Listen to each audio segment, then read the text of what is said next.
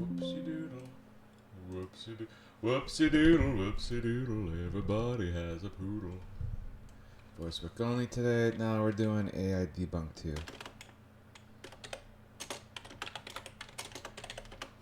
Get the fuck out. ¿Dónde se hace la biblioteca?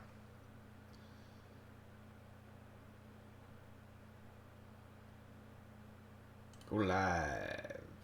Alright. Okay. Let's add a jazz. Let's find a jazzy interlude for this.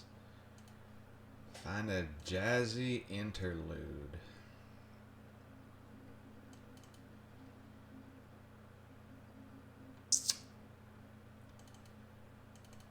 Jazzy interlude. What do we got? What do we got here? We got some. Play a porno. Yeah, play porno music. Where's that one? Hands over here.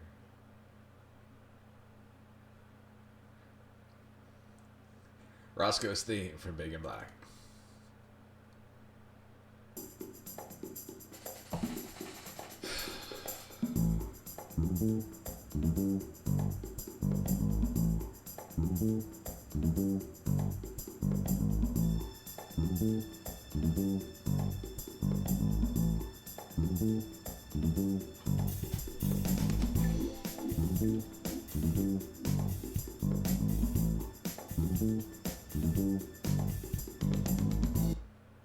Welcome to Innovative Potential, part of the world of innovative potential. I am your guy man thing, Jordan. This and the disappointment's real. So today is about artificial intelligence, again, because it's all over the fucking news everywhere. I don't like it. I hate it. We've done some stuff on innovative potential on the website. No. Basically outlining and describing. There's a whole page on innovative potential website under the conglomeration investment strategist portal. Basically, if you want to get into this type of stuff, it's like don't even make time for this like retarded set of stuff. It's a waste of time. The output programs that create the other things, that create the programs that you use are called AI, is just like, I'm all over the place right now because I'm still calibrating like what I want to talk about. So basically we're going to do this.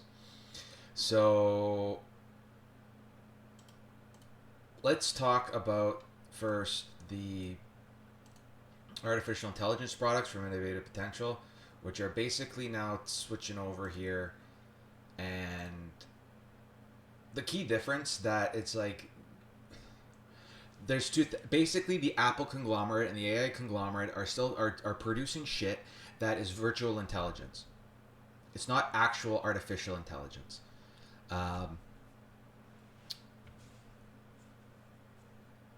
It's still a probabilistic statistical model.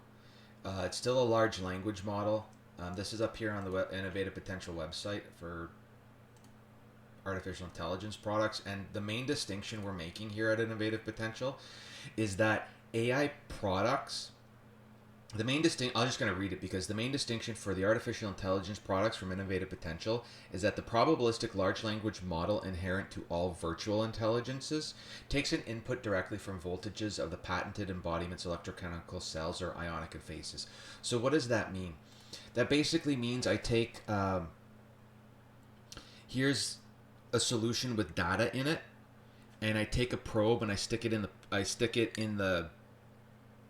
interface water or solution, and that solution then feeds back and makes decisions with the large language model. It collapses the probability function and gives detailed defined answers. It's closer to how an electrochemical sensor works, and then we put the sensor to an LLM rather than having the LLM run rampant inside of a computer without any actual real world interfaces to function off of.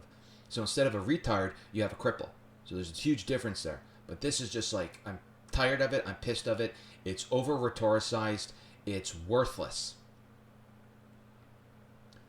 And then you stick that in an autonomous frame or a robot, and you get an automaton. That's the key difference. These are the key differences here. And this is what we're after here, where you have, hey, you can have an automaton with the virtual intelligence and an ionic interface, and now you approximate artificial life. And that's what the gold standard is. And when you think about the robots that are working around, you think about Data, the robot from Star Trek, you think about Rosie from the Jetsons. That's what those things actually are. They're actually able to function in some type of liquid medium real time that says, no, don't do all of these things because you will self-injure. Instead, just do this. In the probabilistic models, it does everything until it fails, and you waste all of this computational time failing. Failure. Build the hard failure into it and say, don't do this.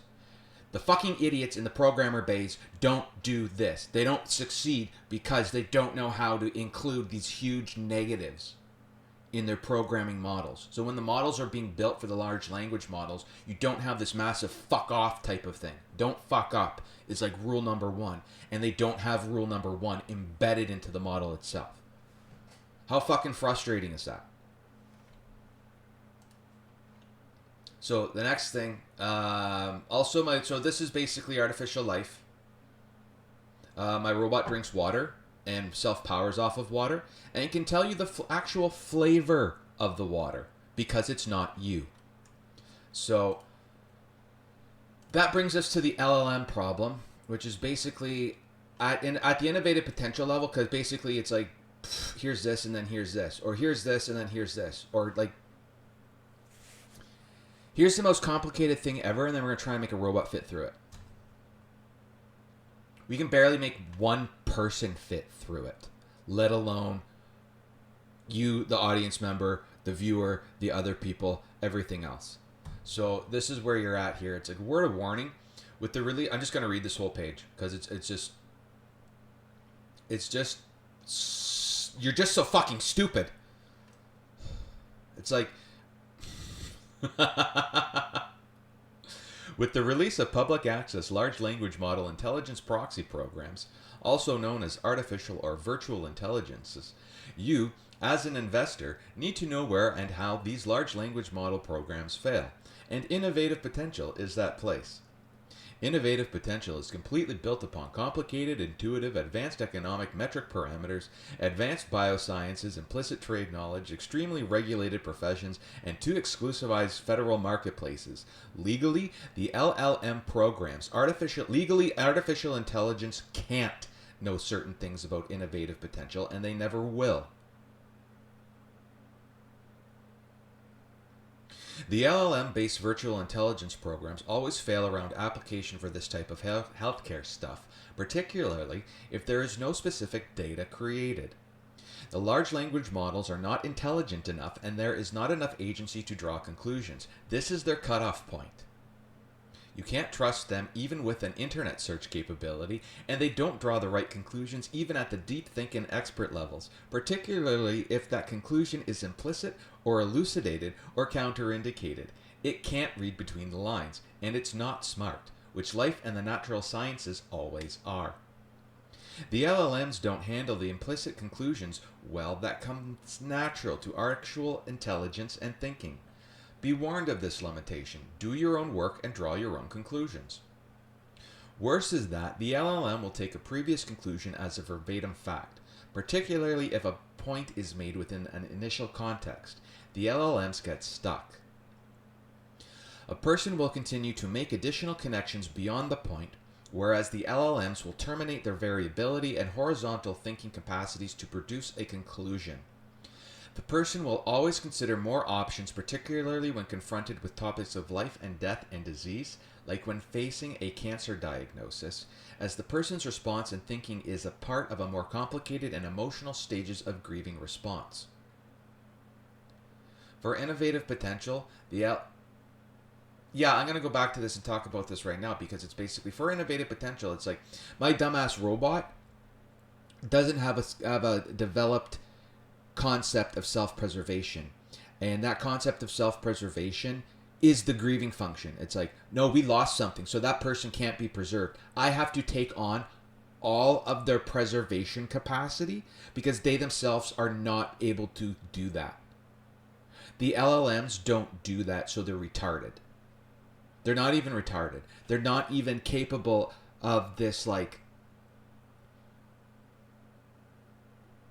two-dimensional capacity of self-preservation of something else. That's the human element. You're able to preserve other people through your own life. Like if your dog dies, you're still able to preserve the memory of the dog that once existed as a human. The LLMs don't have this capacity, and they have a shit tier memory, and it just becomes like they're not function. It's not even fair to call it artificial intelligence. It's like artificial retardation because they're not even retarded.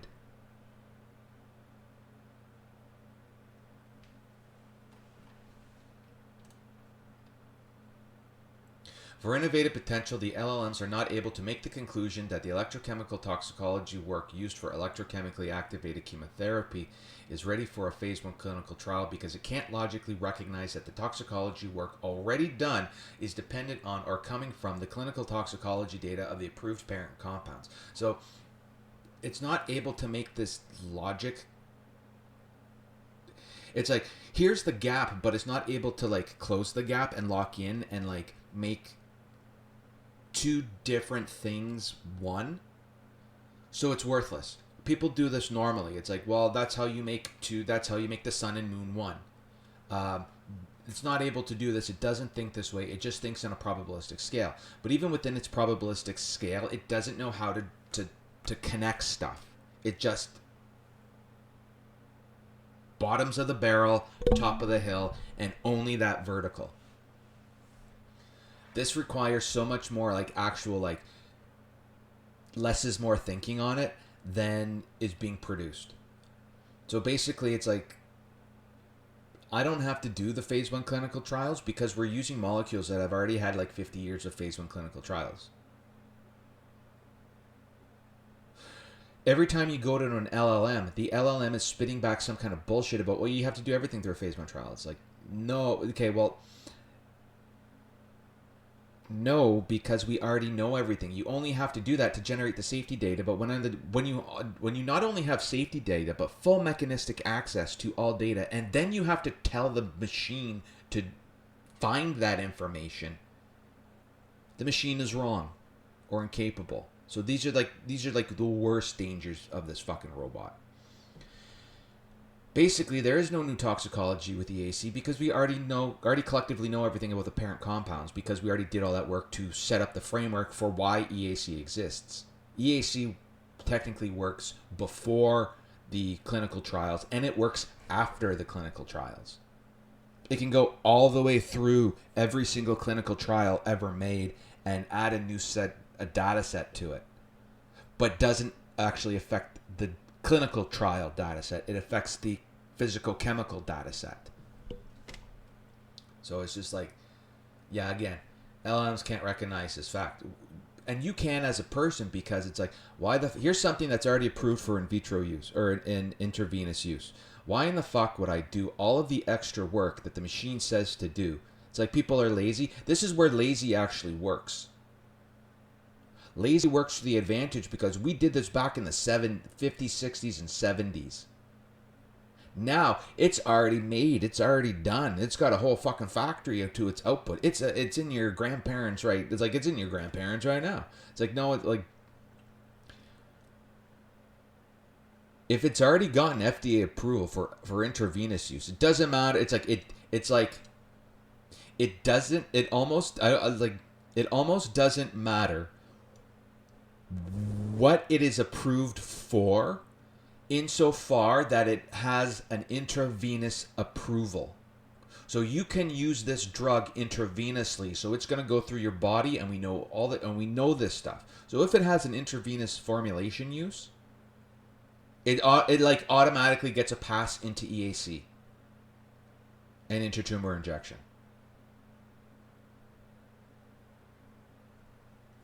Because you already did all the work, dumbass. You just Not, it's like you're failing to reap you've done all the work, but you're failing to reap the rewards because you're using this fucking robot and it's stupid.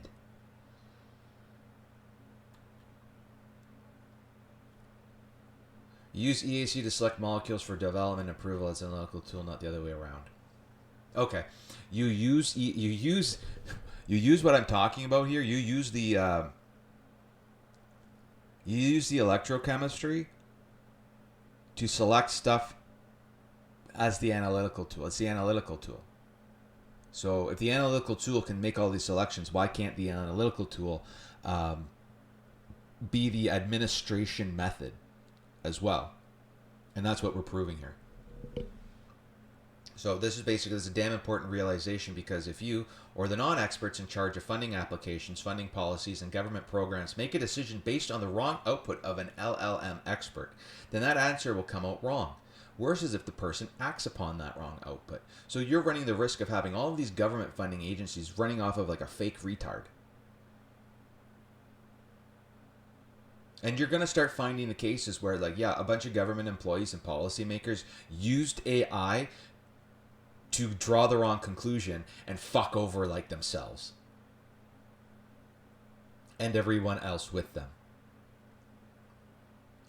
I'm stating as the inventor and the okay, this is where it's like, I'm stating as the inventor and patent owner on behalf of 8 billion people, represented by the Patent Cooperation Treaty Declarations, that it is wrongful, unlawful, and illegal to use an artificial or virtual intelligence program, large language model, or other in the decision-making context of Jordache Boudreaux, innovative potential, EAC, the CGP, the patent from the US, the patent from Canada, toxicology, pharmacology, and or cancer biology. You can, and I'll extend it to oncology as well. Don't use an LLM to make a decision.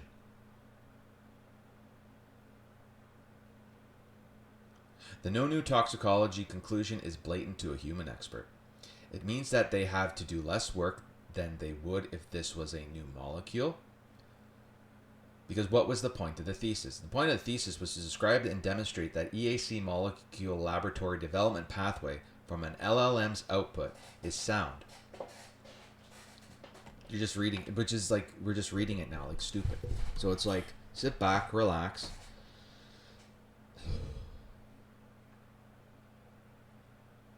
The no new toxicology conclusion is blatant to a human expert. It means that they have to do less work than they would if this was a new molecule. That was the point of the thesis, to describe and demonstrate that EAC molecular laboratory development pathway. But from an LLM's output, that sounds like zero previous toxicology or pharmacology clinical data is available for use. And this is wrong. There's 50 plus years of it. There are federal registries of it. And it's excruciatingly detailed. The general public's concepts of clinical trials and FDA approvals is preschool at best. You know it exists, but don't even have the logic of how to begin starting to design one or knowing why one is needed.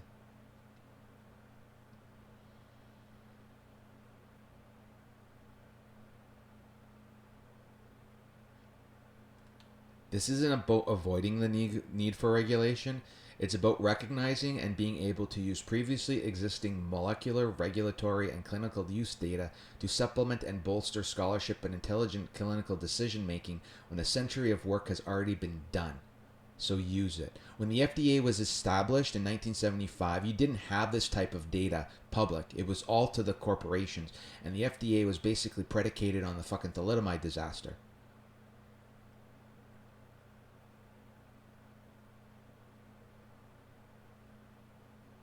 Basically, don't use LLMs. So this is part of where innovative potential does not use LLMs. The LLM output is not a concretized singular product like an image, then the LLM is no good.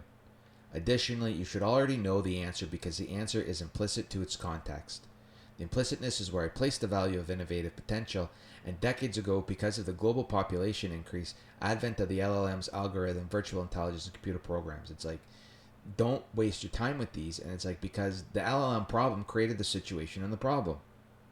Situation is you're in the middle of a fucking genocide because fucking Somalians stole $10 billion. That's 20 that money is enough to give every single cancer diagnosis in the United States one of those Joey boxes. And then the problem is basically you. So that's kind of where that one boils out to. But basically, all of this is predicated on Opus. Opus is an Apple product. It's like, it's so retarded, it's not functional. It's like, it's not functional. It's doing shit that you think that it thinks is good or whatever, but it's not, because it's like, I wanted the things like this. I wanted these like word clip things. The short form. I wanted the short form for the video. So we have the learning wheel videos on Innovative Potential. It's like, okay, on the YouTube channel. So click like and subscribe, blah, blah, blah. And so what happens there is you have the video. In the video, I'm just saying, you know, go to this video, click like and subscribe, do it, check it out to make some short form content. Then we have that whole sort of like commercial pitch reel, and then it's all cut up so that only the introns are left, the things that are interesting, and we excise the exons, and you have only the data that is relevant or pertinent left within the video structure. That gets uploaded to YouTube because, well, Opus doesn't know how to, well, Opus doesn't do the full length well. So what Opus is doing here is basically, it's not capable of, the video editor is shit. It's not capable of doing, it can do the cut, but it can only cut stuff out to like smush everything together. It can't cut and save. I want this little portion saved as a thing to be used later. It doesn't know how to do that. Even to save it on my end, I want to take this thing and save it on my end and then re-upload it to Opus. It doesn't know how to do that. It's like, it's stupid. It's like, we're well beyond the point of early investment, and this is like Omega tier investment. And it's like, your fucking machine can't even do the one simple thing, because it's like, when I uploaded the video itself, so the video itself is post-production. It's gonna look like this. I don't know if it'll come up. Let's call it a window capture. See if we can get that. I don't know. Anyway, it's a whole bunch of dark space, and then there's like a couple of learn how to build around it for us. Anyway, the video itself is a whole bunch of dark.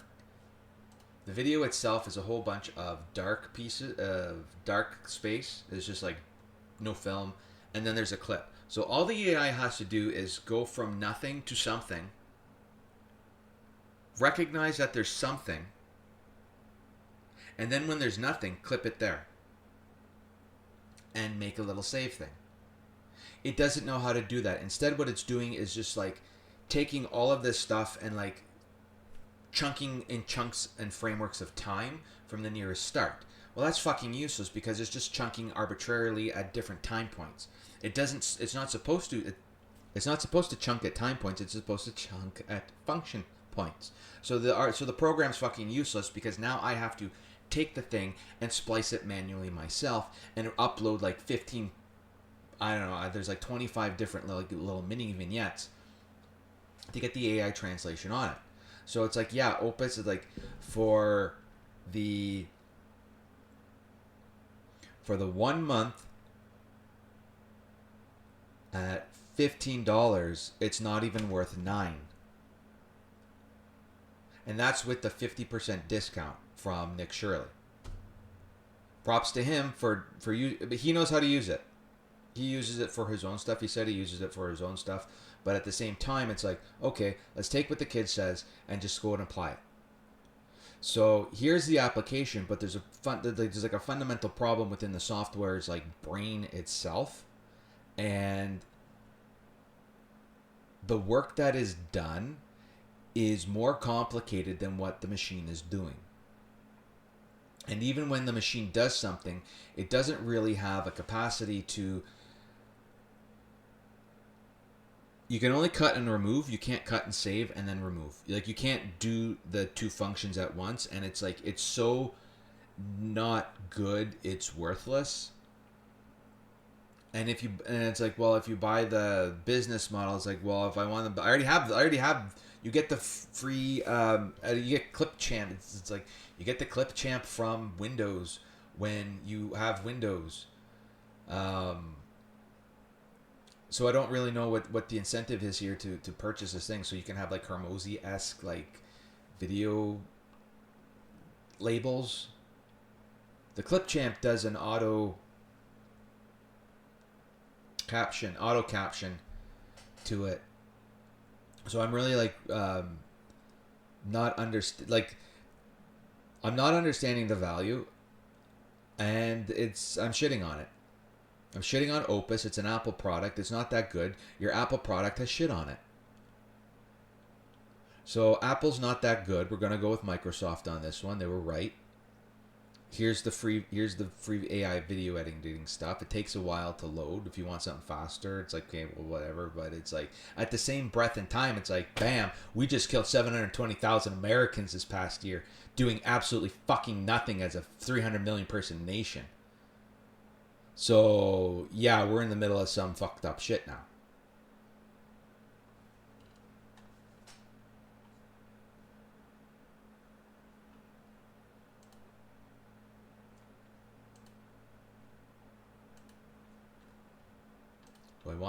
Do I want to defend it? Not really. It's like, it does the splicing, it does this, but when you come in here and you do this and you edit the clip, and okay, so it has some stuff on here. I don't want this extra thing on it. It's like text over. I don't want text overlays.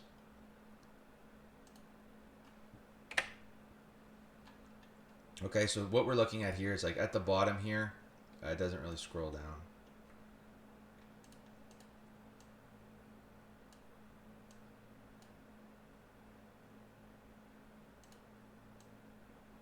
There we go. Okay, so what we're looking at here, so see, here's the audio. So on the bottom here, we're looking at, here's the audio. So here's the audio, and here's the video. Okay. I want to go like this, and this is where it ends. So I click the snip, I split it. Here's a fill portion, here's another fill portion. I want to go like this. I cut it. And this is okay. This works so far. This works good. I have two of them. I don't want two of them. I want them separate. I don't want to do anything else to them. I want to take this. I can't click it. I can change the ratios. Make it square. Do it anyway. I can crop it.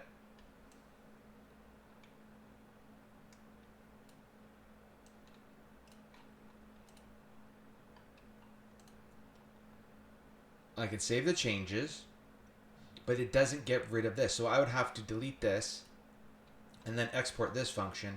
But then when I go back, I want the other portion of it. I want both portions of it. I want the whole thing intact. It's like, that's where you're failing. It's like, you're not worth the monthly subscription. You're not worth the Opus is not worth the discounted monthly subscription.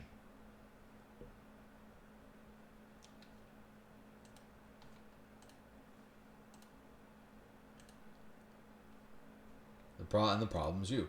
Hooray, we're back to square one, where the problem's you. So it's like, yeah, no, I don't want that. It's like, because it's like, the AI can't even do the job of an AI. Like, there's like the fundamental, piece here that is like, in order to do the job as requested, to create multiple of these like little things that it does, and it kind of does it okay. You can go back and fix it and save it. But in order to get to the point where it does the thing, it's like, no, the AI is clipping the whole video, and then the Opus program service is not allowing you to do the function of the AI. It's like, no, no, no. I always do the function of the AI first. Now I can't even get the videos I want, so your retard is not even retarded. It's half of a retard. It's like a handicap on a retard here. It's not even real.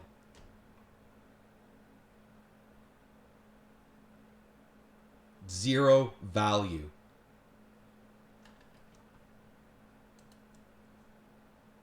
Like, this isn't even like the bots from Perfect. This isn't even the bots from Perfect Dark on N64.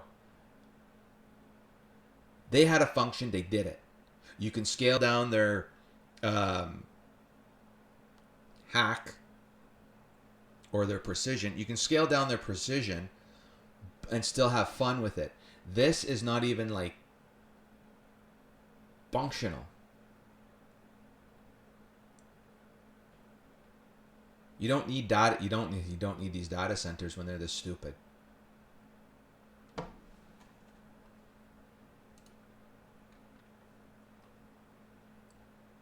But anyway, we did some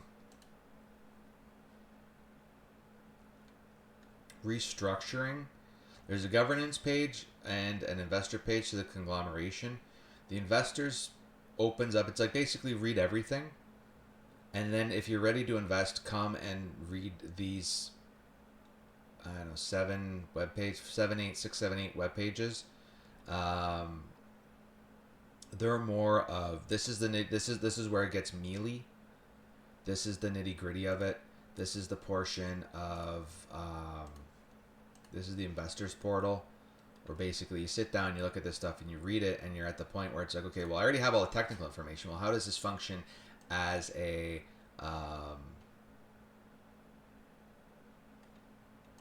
how does this function as I want to put money behind it, and where are the problems, and where are the things, like where it's like, why aren't you getting, it's like, where are the things that are going to be inhibitory to money transfer? And it's mostly that it's like, it's mostly coming from the other end, where it's just like, well, I don't know anything about this, I'm too risk averse, but I'll die because I'm a fucking retard and would rather listen to a computer tell me how to live my life than something else. So that part right there kind of just breaks everything down, and you end up with like, okay, well, these are the real problems. So once you have problems with government, you don't have problems with regulation. You have problems with government and the person and committee-led appropriation and dispersals and allocations of dollar amounts, which is really now, okay, we'll get rid of the government, put someone who's not like fucking stupid in. So there's that. So you have government problems. You also have, and that's basically it. You have government problems. You have huge government problems because government doesn't know what it's doing, and it's not in alignment with what you need to have done. And the government itself, especially in Canada, is the actual source of the problem. So it's like, if your grandmother dies of cancer, it's like you blame the government on this one. Like, you legally blame, like, this is the lawsuit foundation for legally blaming the government for why someone died. And that's sort of how, so like, there's this perspectives, like, okay, well, what's it look like a business? It's like, here's your business plan, here is your like health value economics, like, why does it exist? Don't use LLMs as an investor, because what you're investing in doesn't have if the LLM is like the common knowledge back end, you are never anywhere near the fucking LLM. Don't go anywhere near. LLMs are for like retarded, they have a purpose. They have a capacity to be very helpful for people with disabilities, for people with English as a second language. They're good for translation. They're good for these really pointed, finite, endpoint things. But don't ever try and cross between them, because they don't do them. Don't ever extend beyond them. They can't do it. So basically, because it's like, because they're so limited, and if you're not like completely dependent on them, it's like, forget them, forget they exist. That's basically what that's telling the investors. It's like, if you're not completely dependent on them as like an auto translator for like Stephen Hawking kind of thing, don't use them, because your over dependency on them when you don't need them is basically the situation where we end up in this fucking genocide. So we're like 6 months into our genocide and have 720,000 dead Americans. Good first term. But Biden's term has 2 million dead. Well, he had three terms, so he had 3 years in office. So that's, that's only fair. We're in our fourth year post patent. Fifth year. This is the start of our 5th year post patent, and we have like 2.5 million dead already. Ching, ching, ching, ching. Yeah, no, there's nothing. There's nothing. It's like, it's not even like the solution. And that brings us to the solution. So what we really need for the solution in the government is like, you've already put like the law has already like sort of agreed that like, okay, well, he is the inventor. Under US law, he's the inventor, and under US law, he is the owner of the invention, and the patent's still active. So you should be doing business with him. But you're not, and the people are dying. So however this wraps up in a roundabout way, it's like someone's going to have to pay for 1 billion dead people. And that's sort of what the solution in the politics is pointing out, where it's like, well, where in this fucking government system is the actual solution and answer? It's like, well, there's a policy snafu in the politics. Because I'm in Canada, I'm a Canadian inventor, and I live there, I can't have access to U.S. funds. It's like U.S. policy, where it's like, they will not give you ownership of U.S. funds and dollars. Like, okay, well, that's fine. The U.S. gets the Joey box like basically free. You're still not doing it. The U.S. is still not building the Joey box and still not doing the work that is freely available to do by and with them. So when I approach a university, I'm expecting, hello, Intellectual Property Transfer Office. We've had this wonderful thing that's happened in a different location. You will need this in your location because it teaches primary examples. It's based off primary principles. It kind of offers a little bit of a boon to your students, and you're not doing it now and you're dying without it. Not even like no phone calls, no emails, no nothing. So you're also getting fucked by the universities as well. You're getting fucked by the government. So this is basically, that's the politics is there. It's like the basic problem is you. You being not me. Because I'm the one telling you, like, here's what has been created. Here's the application or the intent of what's been created. Here is the diversification and industry of what is required. That's already existing. We don't really need that much. You need like one fact out of the whole like US everything. You need one factory capable of being built to be able to do the retail and clinical function model of the Joey. Nothing. I'm just going to keep hammering this in until you either die, wither away, or submit to my will. Because this is how stupid it is.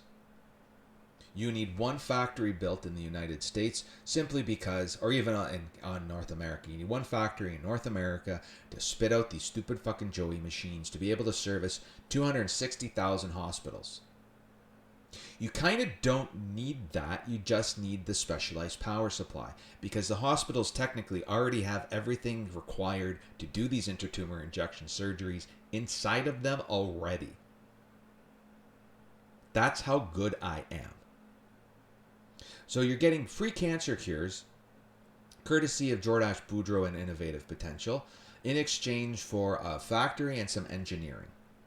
That's what, and maybe a mouse study, maybe like a lab that's gonna, like a demonstration lab or something. That's really what we're sort of asking. We're wanting to build up to that point. But it's like, holy fucking shit. Like, you're absolutely fucking worthless. And that sends us to the plan where it's just like, okay, so what do we do? What are we doing? What are we doing? It's like, we want money for engineering. We want to solve all the problems we talked about in these last 7 web pages, where it's just like, you're not going to change the world, you're not going to do anything. No, that's true. But if you can't get the only person in the fucking world, on the fucking face of the earth, that which is required on your own behalf, because you legally agreed to let him have that power and authority, you're fucking screwed. And it doesn't matter if you're a boomer, because the boomers don't have this in their little repertoire either. So the boomers don't get any cancer cures. The boomers don't get any extra money from living longer. The boomers don't get anything.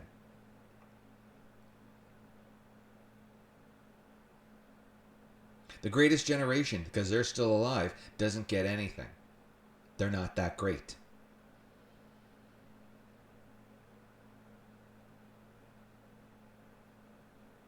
These are the problems of, like, God. These are the problems of God. You're fucking dirty sinners. You're stupid as shit. You're stupider than the AI. The AI doesn't work properly. And it's like, you've all given up on the manual stuff and have resulted into a pile of shit. So it's like, why would God save? It's like, to go off on this religious tangent, it's like, yeah, why would God save you when you're this fucking stupid? You've fallen into the depths of the beast, and God hates you? Well, God hates everything, but God hates you now.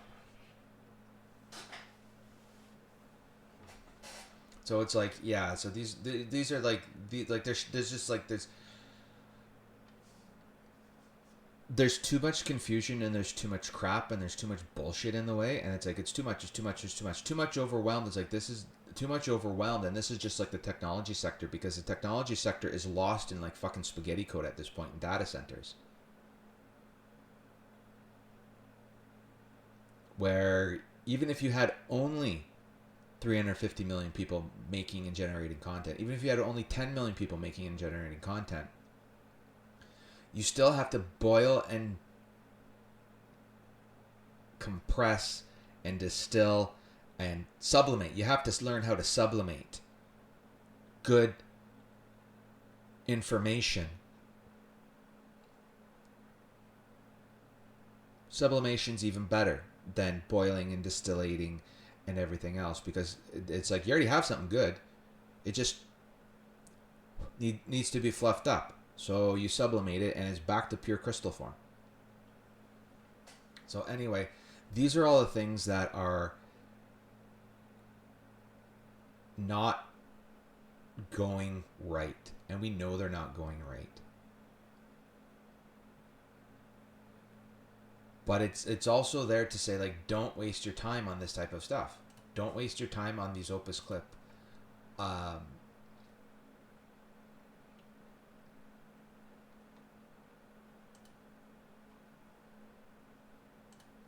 Yeah.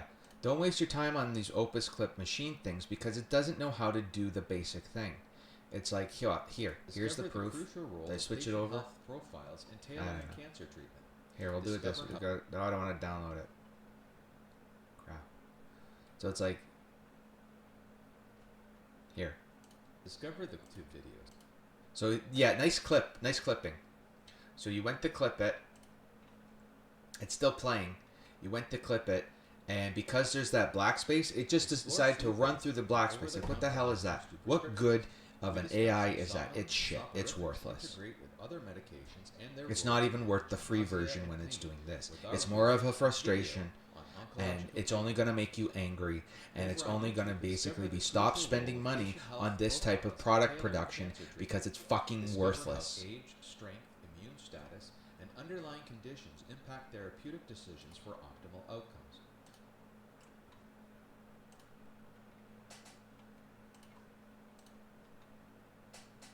It's just not worthwhile. It's just not worth it.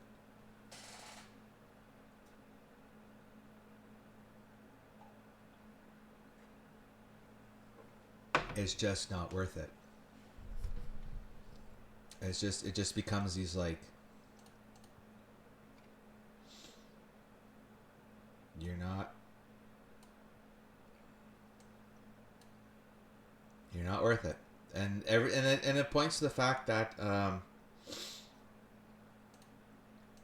All of the stuff that you see Hermosi doing, and all of the stuff that you see these people with the Mr. Beast or whatever, it's like this is either going to be done by unsung like heroes in the video and film industry that are taking like, here's my long footage, I have to clip the long footage, I have to clean up the long footage, I have to do the long footage and its cleanup, and then I have to do these extra pieces to be able to put it into the machine so that the machine just spits out this last little part. It's like, okay, well, I saved transcription. You don't even get the full transcription correct. You don't get away scot-free on the transcription either. You still have to go in and manually fix the transcription because the transcription is not reading from a previously described script. So you didn't get any out of any work. You're just doing some editing work, which is a little bit easier than doing the full transcription work, which is more of a pain in the ass because now the interface is actually retarded because it goes by word for highlighting each individual thing. And it's actually easier for you to just type the transcript out and then have the word part overlay happen. But when you're trying to transcribe through a microphone and all of these other things, even if it's perfect or a stuffy nose, these are the things that really just like everybody hates it. Everybody hates artificial intelligence because it's not even like in the human world. It's like there's like properly functioning university educated adult and beyond. They're gonna say like, well, here's your college people. It's not even that. It's like, here's someone who has like dementia. Then it's like, well, then here's a teenager and here's a child and how they do their mental processing. And then here's someone with like dementia and Alzheimer's. And then here's someone with mental disabilities or a retardation or a mental handicap or something like that, or some other disability that doesn't allow them clear thought and clear speech. Here's some other like pathology. Here's the pathology level. So it's like you have normally functioning senior adult, a young adult, a 20-year-old, a teenager, and a child. And then you have a second category with like, here are the pathologies associated with each. It's like, and then you have a third one, which is now like the AI is less than the pathological case.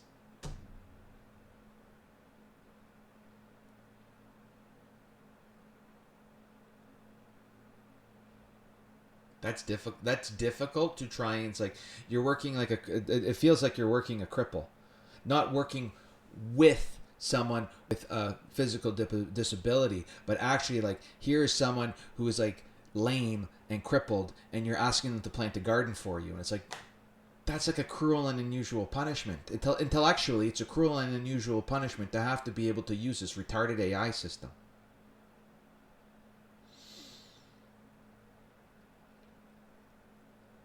The Grok LLM is something different. It's at least closing in on finite point things, but it still does the stuff that I was talking about on the website. It's like, yeah, it'll spit out coherent probabilistic words. The machine will spit out words that make sense, but they don't make dollars and they don't make kilos. Human beings, throw like kilograms of air out in a conversation, and this thing is not even producing like an ounce of light. So it's like, it becomes very difficult when it's like, well, it just does the same thing over again. The Grok does the same thing in its expert outputs over and over again, where it's like, okay, well, I'm going to take something and break it down. It's like, okay, but I'm going to excruciate on these minutiae without actually adding additional like context or content to something. And it's like, if you need extra time, to help I'm not apologizing for it. If you need extra time to help yourself, it's there. That's what it does. If you want it to help you save time, it's never going to do that. And that's sort of the point. AI will never save you time. It will help you take the time to learn something, but it will never save you time. Because you're always able to do more and think beyond it as a fully functional adult. So that's sort of the year long take home. Don't like You're better off without AI. Innovative Potential does not use AI. It does not recommend using AI. You can play with that as an individual, but as a company, we say it like 4 times throughout the Constitution, is like this AI stuff isn't good. It will never get there. It doesn't have a capacity to make decisions or change its decision-making capacity. It's a virtual intelligence. That's all it is a virtual intelligence. It doesn't have the thing with with actual artificial intelligence and artificial life is that, going back to the glass of water example, if I change the salt concentration in the water, my LLM will behave differently. If I change the probe tip to look for a different molecule in that water, the LLM will behave differently. So there's already 2 parameters.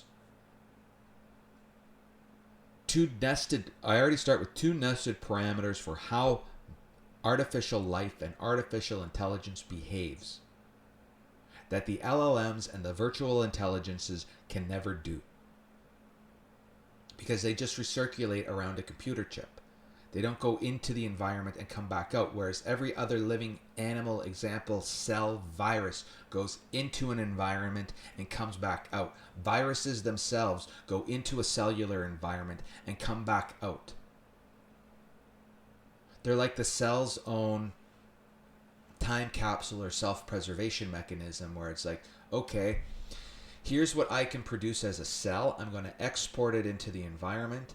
And if there's anybody else out there, it's going to pick it up under anybody else out there like me. It's going to pick it up and it's going to turn it around. It's going to spit it back out. And I'm going to be able to transmit this meme across the external medium. And hopefully somebody out there like me is going to be able to pick it up and read it, so that my life and testimony or whatever is then like sent out into the other cell. So you're able to have kind of cool. It's like sending a probe to a different planet and hoping that the probe is going to be read by the people on the planet. That's basically what a virus is. It's like us sending a meteor to Jupiter, Mars, Saturn, and just out beyond to like everywhere, saying, okay, this is what we have, this is what we're able to do. It's able to survive the environment. Here's some instructions for like me being me. And that's sort of the cool part. But then it's like, okay, well, then what happens? It's like, well, then you send them back. And it's like, okay. But those are the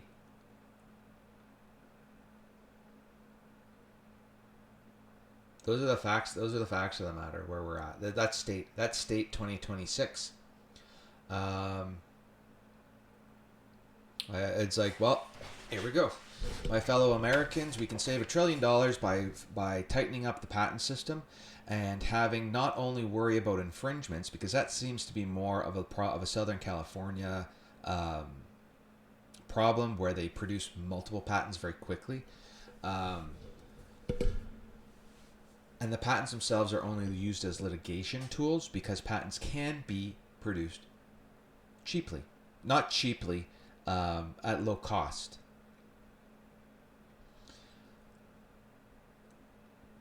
Where this $1 trillion comes from is the capacity to say, okay, instead of everybody locking their idea away by law, let's just put this, okay, so that's the Eagle Scout that found whatever they're talking about. If they found it first, let's go help them, let's go support them, and let's see if we can like be on the board of directors. This is how the patent system is supposed to operate. Let's make a company to have the thing that this person was talking about. Scout succeeded. What did he come up with? Well, we're not going to do anything because we're just too fucking stupid to read. So that's kind of what's happened. So that's the basic. That's the basic and corrected business model for how these patents work. The Scout saw something. The rest of the business association or investor group now has to assemble. Yeah, and you're subjugated by Scout because you didn't find it. You didn't know the conditions of how it was found. You didn't know where to go because otherwise you would be the Scout. You're not the Scout. You have to help the Scout. You're a different job. You're a different job class. Currently, that entire fucking class is a failure.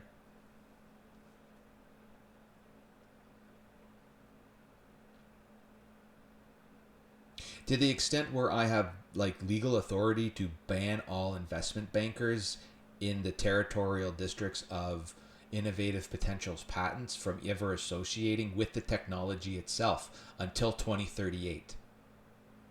Let's do that right now. I hereby, Jordash Boudreau, being of sound mind and body, legally banish all investment bankers from Canada and the United States under Canadian Patent 3035406 and United States Patent 111-98943.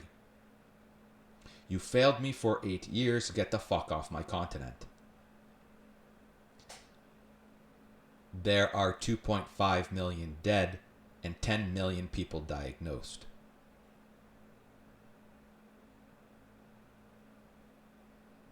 Sayonara. Don't come back.